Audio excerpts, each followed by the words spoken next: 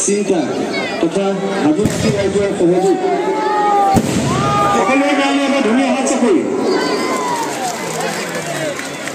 মই আশা কৰিছোঁ ইয়াৰ পৰা যাতে ভাল ভাল খেলুৱৈ ওলায় আমাৰ অসমৰ নাম অসমৰ গৌৰৱ যিহেতু আবেলি গ'লো এতিয়া গধূলি হ'ল শ্বিলঙত তাৰপৰা বিভিন্ন